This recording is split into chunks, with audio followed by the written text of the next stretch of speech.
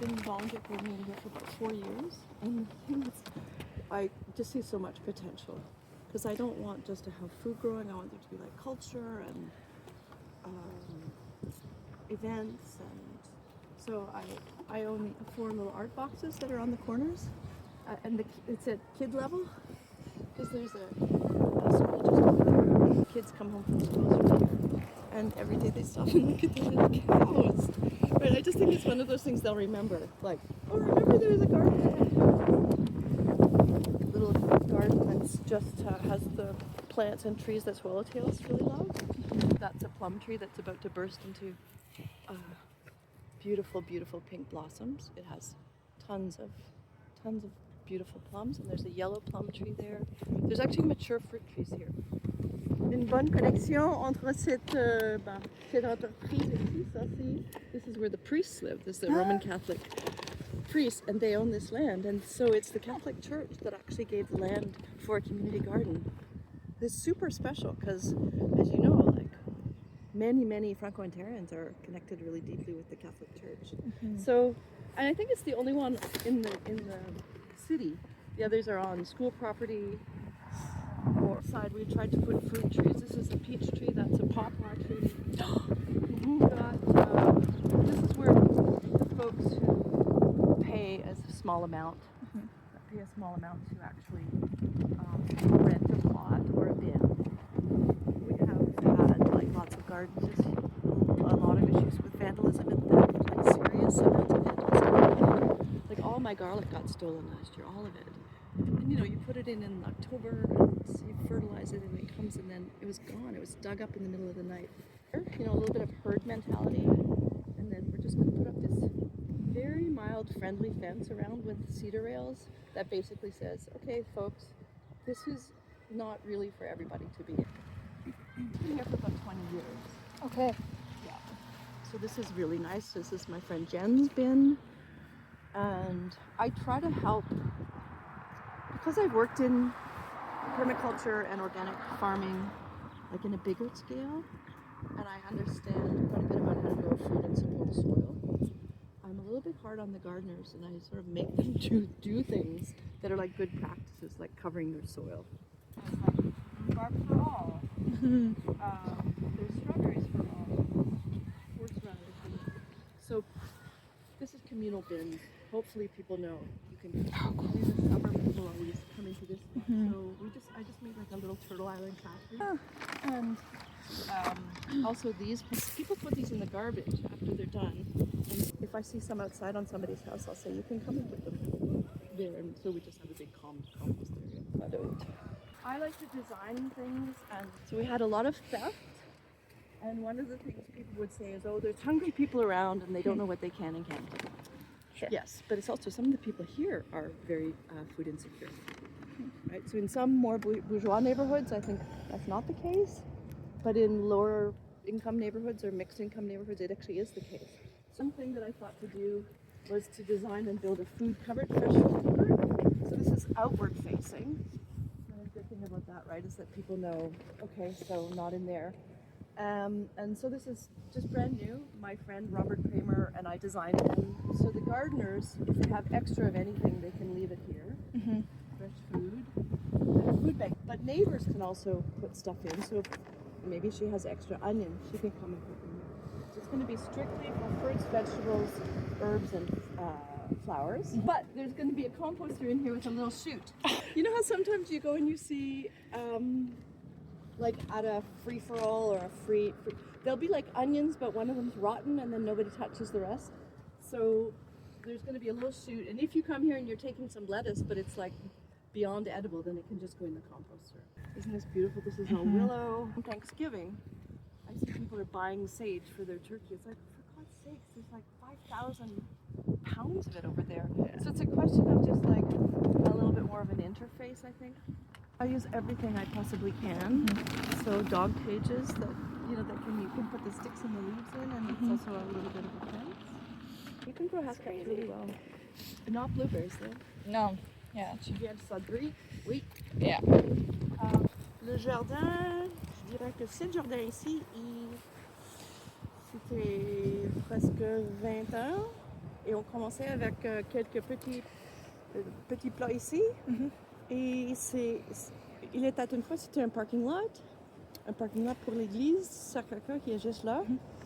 Puis on a discuté avec l'église et de Paroissoise si c'était possible de faire un don à la communauté, à faire un jardin ici. Ils ont dit oui. Alors c'est magnifique. So it's about 20 years old, and initially there were 4 plots. Puis après ça, on a mis des pommes, des fleurs, des sentiers, un shed, et aussi un pizza oven. This pizza oven was built by one of the former community garden volunteers, Lisa, and her partner Nathan, about 5 years ago. But it's never been used. You need to coordinate it, you need to know what you're doing. So it cracked from a lot of exposure, and then somebody got a grant to build the roof, but then the grapevine almost died because the heat then got trapped in here. This grapevine is about 50 years old and it produces a lot of grapes. So that it was dying because of the pizza oven. So it's funny, like a little heat ecology. I put out the word to the neighborhood. And I said, I've scrounged some stuff from the garbage, which I did. Does anybody know how to put on it? So, like the community around, it's people who love this place, but they're not necessarily gardeners, but they want to contribute. And so I've been doing a lot on Facebook, just saying things like, if anybody has any shelving, we need some for this. I come here and there's shelving here. So this is we're gonna have our first pizza oven, bake oven, potluck tomorrow night. Tomorrow night. We're gonna try it. We'll fire it up. I'm very proud of that. Asian pear tree, a mulberry tree.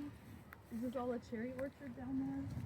So we tried to put the fruit à côté du sentier so that people coming through here can nib off.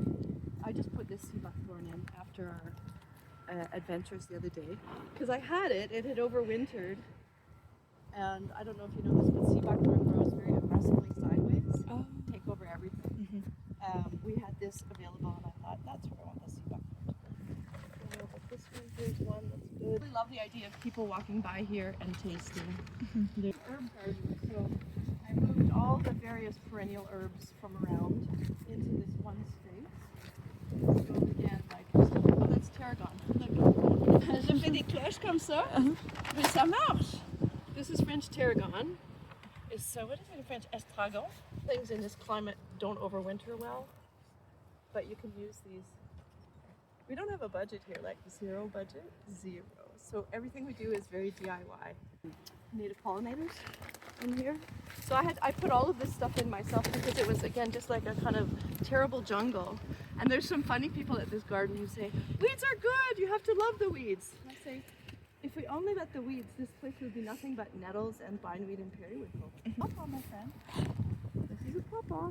It'll probably bear fruit this year. You've never tasted Ontario hazelnuts, so I'm going to show you some for you. Ça, c'est notre système de compostage.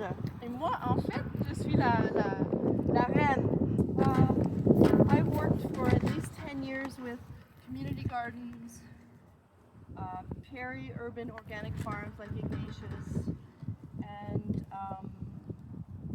and one thing that was really obvious to me was that community gardens did not have a compost system that was a big enough scale to deal with all the input. And so people were throwing their stuff everywhere, putting it in the paper bags off-site. The right thing to do is to keep your biomass in circulation where it's growing. It needs to be aerated, and it needs to move, and it needs to have an input and an output. So I had this idea of, okay, I'm going to build it on a hill, and so make it really obvious that this is input. So I come here and often see that there's stuff in here from like the kids at Sacred Heart. They come with their little lunch stuff and put the orange peels and banana peels in. There's a couple small businesses in this neighborhood that come and put their coffee waste, their carrot peels, their eggshells. This section up here is called Die and Dry. Gardeners that don't know where the stuff goes and they don't want to put the weeds in here, they put it up there. So that's good, it means it dies. So it's not going to infect the compost. I'll show you how it works. Between these guys, there are these removable slats. It's filled to here, but it keeps shrinking because it's working exothermically. We take the slats off and turn it into here. And this is the second thing. We get 2 of these a year. So it's like 6 feet by 4 feet by 4 feet, twice a year volumes of compost. Really, really, really good compost from here. Même chose après, il y a un mur ici. On peut enlever les slats, comme ça. I can take these all out, and then this will fall down here. And then the gardeners can take the compost from here. It's obvious it's a system. You see why we won an award? Because it's perfect! It works perfectly! So we're super proud of this. And then we've rebuilt it a couple places. I'm going on Monday to Fort Dover to build one in their community garden. So people all over Ontario call me to say, okay, we have the same issue in our community garden, is we don't have this scale happening. So I said, okay. And we built it all out of basically this kind of thing. There's no rodents, you can smell, no rodents. Yeah. No smell, no rodents. That's what people always say, what about the rodents? And if you dig in, it's exothermic, because it should be, right? Kids come pretty regularly, and then we do a demonstration to show that it's actually turning into soil by its own heat. And all the bugs and worms. If you put your hand down, it's hot. Mm-hmm. So it's a kind of revelation to people that if you have a system that works right, you get soil. I was going to say that people can do yoga on, or we have little music events here, because there's like a little natural space for that. Awesome. So the really good thing is that it's a multi-use space, right? That's the best. It's not just for gardeners. L'espoir! The joyfulness and the like really groundedness of knowing that this is how nature works, this is how ecology works, and this is how I can work with it, I can be part of it. I don't know, I think it's like, it makes our hearts, it lifts our hearts up, and like, not many things that are doing that these days. It's